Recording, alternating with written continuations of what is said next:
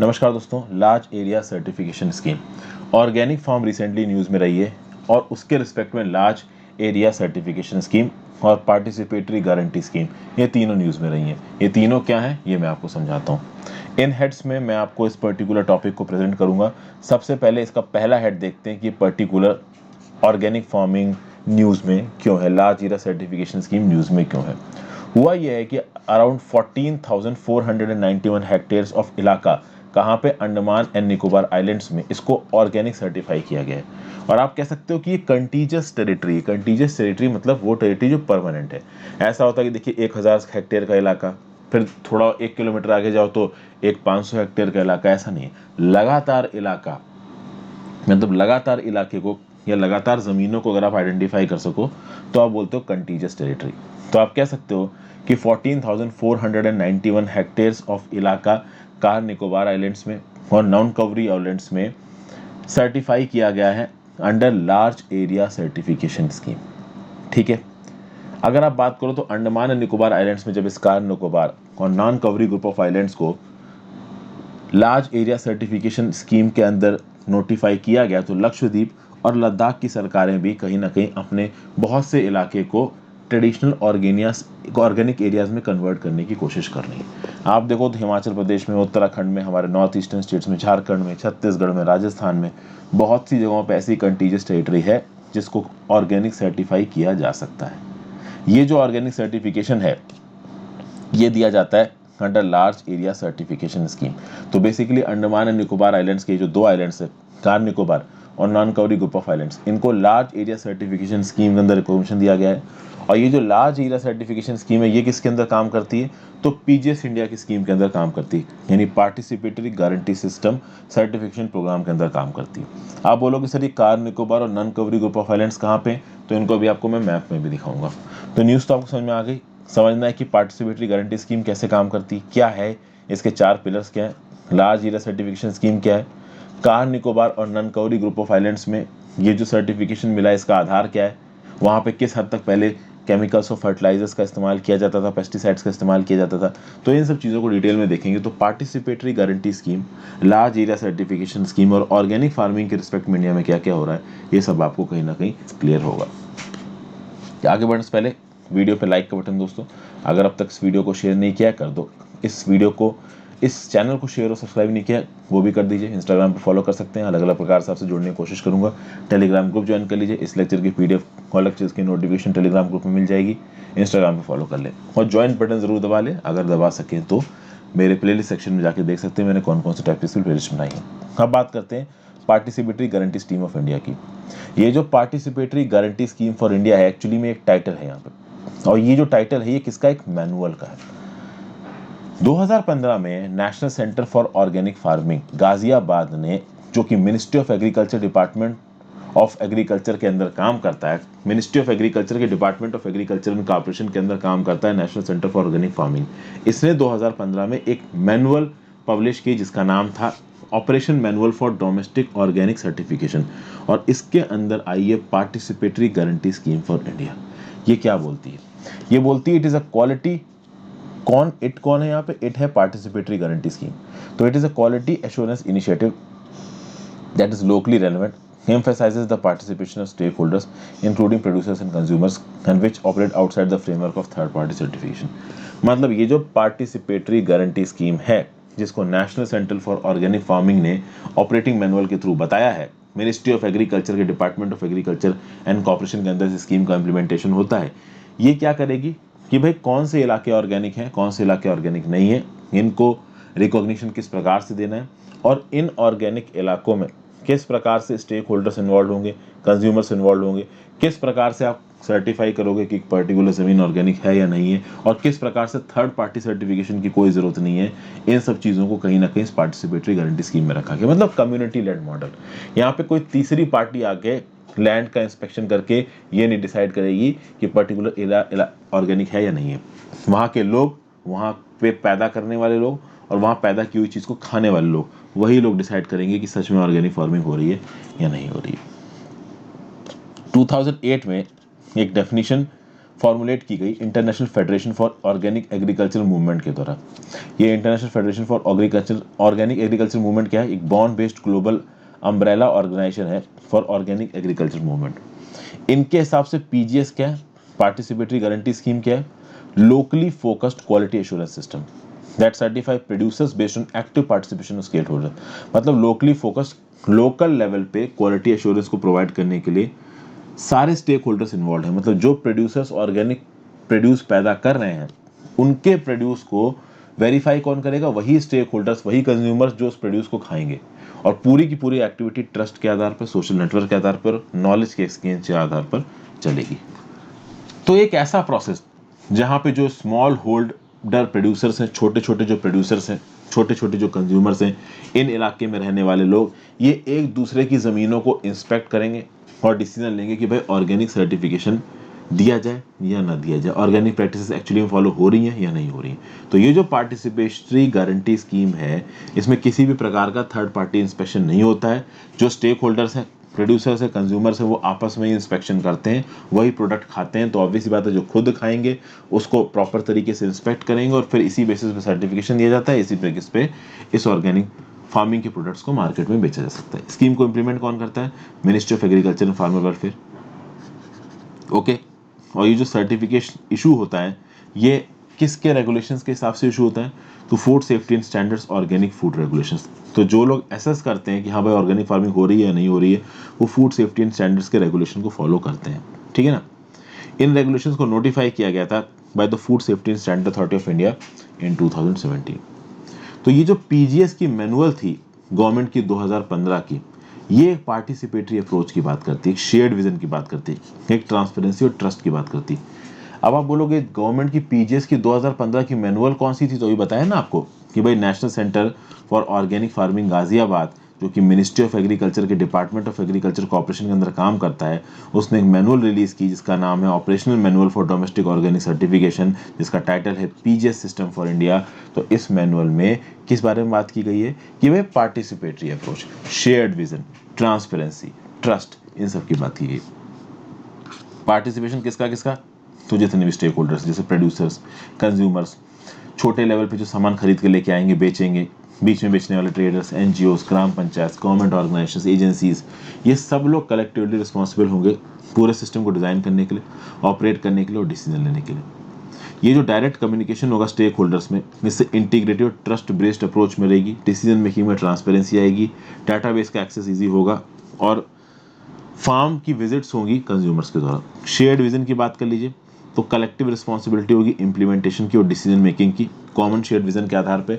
और ये जो शेयर्ड विजन है ये बेसिकली कहता क्या है? ऑब्वियस ही बात है, ऑर्गेनिक फार्मिंग का मोटो क्या है? कि भाई पेस्टिसाइड और केमिकल इंसेक्टिसाइड फ्री खाना लोगों तक पहुंचाना है। ठीक है। तो पार्टिसिपेट जब सब लोग कर रहे होंगे इस स्कीम को सक्सेस बनाने के लिए, तो जो लोग पार्टिसिपेट करने, कहीं ना कहीं उनके दिमाग में इस स्कीम के एंड पॉइंट्स हैं और इसलिए इसके विजन को शेयर्ड कहा जा रहा है। क्योंकि जितने भी लोग इस पर्टिकुलर स्कीम को इम्प्लीमेंट करने के लिए अपना भागीदारी दे रहे हैं वो कहीं ना कहीं सेम विजन को शेयर करते हैं। ठीक है ना। और अपने विजन के हिसाब से ये लोग पीजीएस इंडिया प्रोग्राम को और ज़्यादा एफिशिएंट बनाते हैं। ट्रांसपेरेंसी की बात की जाए तो ग्रास रूट लेवल पे जितने भी स्टेक होल्डर्स इन्वॉल्व हैं सब लोग भाई अपने अपने लेवल पे चीज़ों को चेक कर सकते हैं। जो भी चीज़ इस ऑर्गेनिक फार्मिंग में इंप्लीमेंट की जा रही है उसके लिए समय समय पे इंफॉर्मेशन शेयर की जाती है, मीटिंग्स के थ्रू, वर्कशॉप्स के थ्रू, मिल के कलेक्टिवली डिसीजंस लिए जाते हैं। तो ट्रांसपेरेंसी भी है और ट्रस्ट भी है।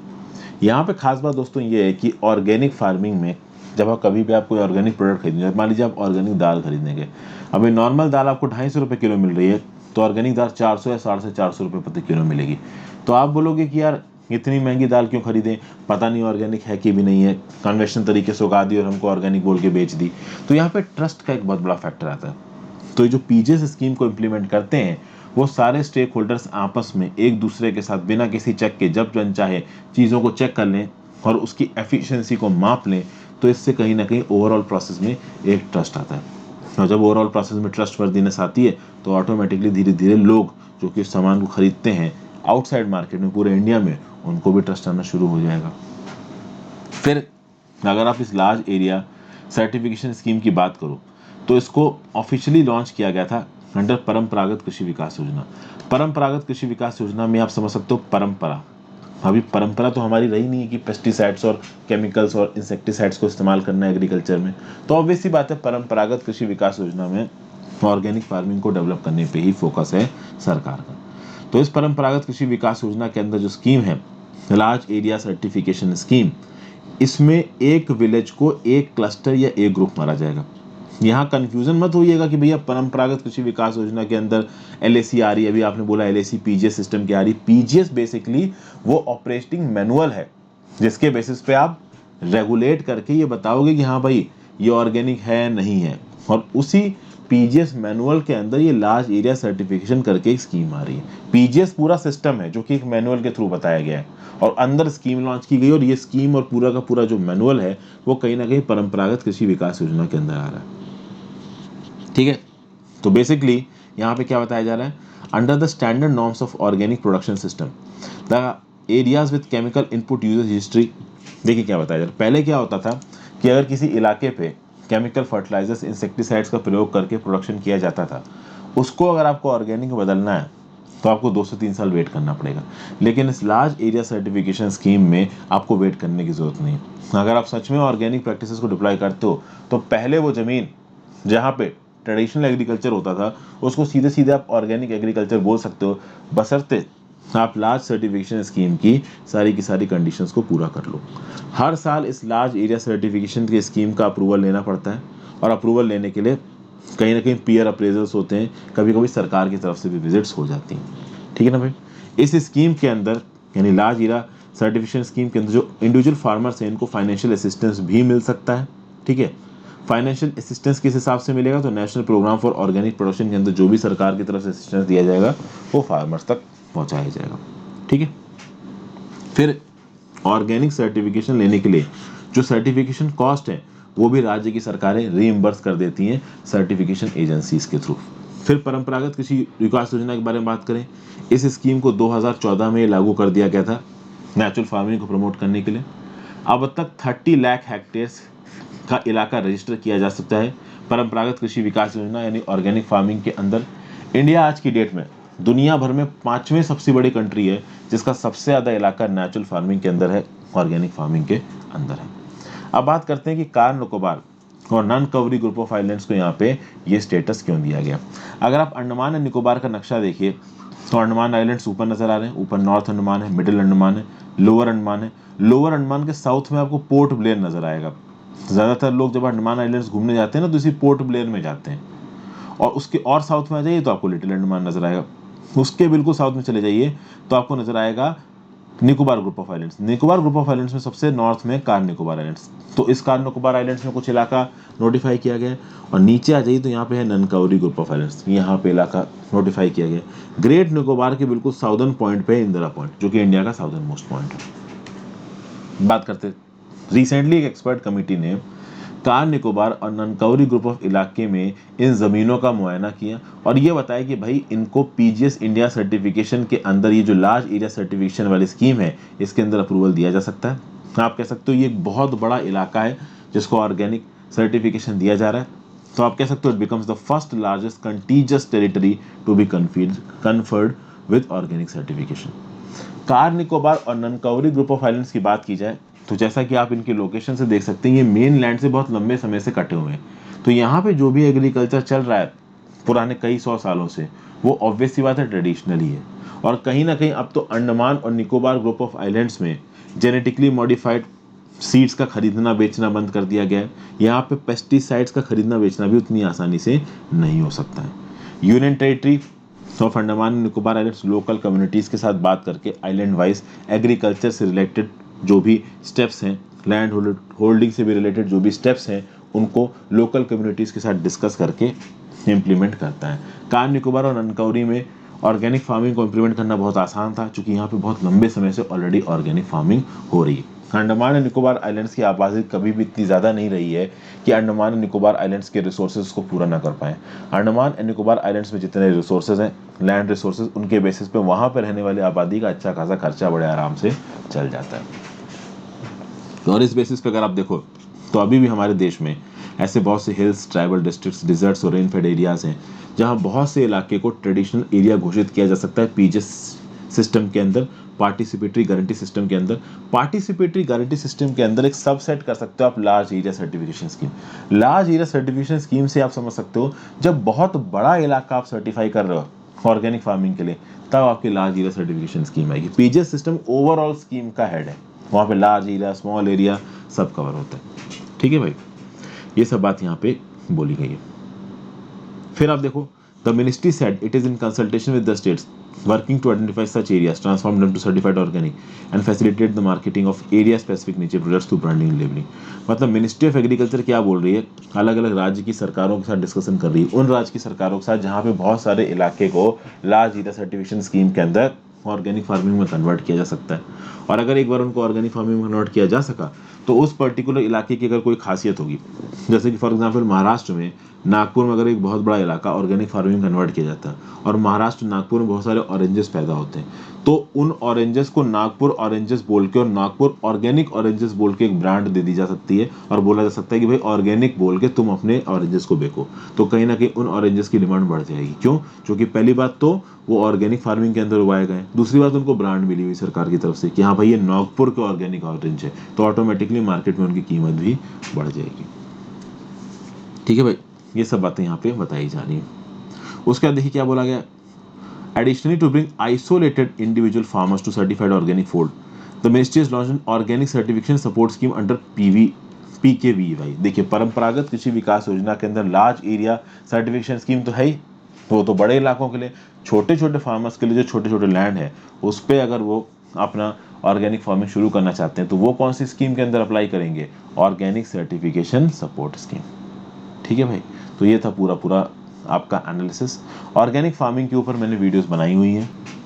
एनसीईआरटी क्लास 11th की इकोनॉमिक्स में जो चैप्टर 6 का पार्ट 2 मैंने बनाया है, उसमें मैंने थोड़ी बहुत ऑर्गेनिक फार्मिंग इन इंडिया के बारे में बात की। Thank you for watching, have a great day.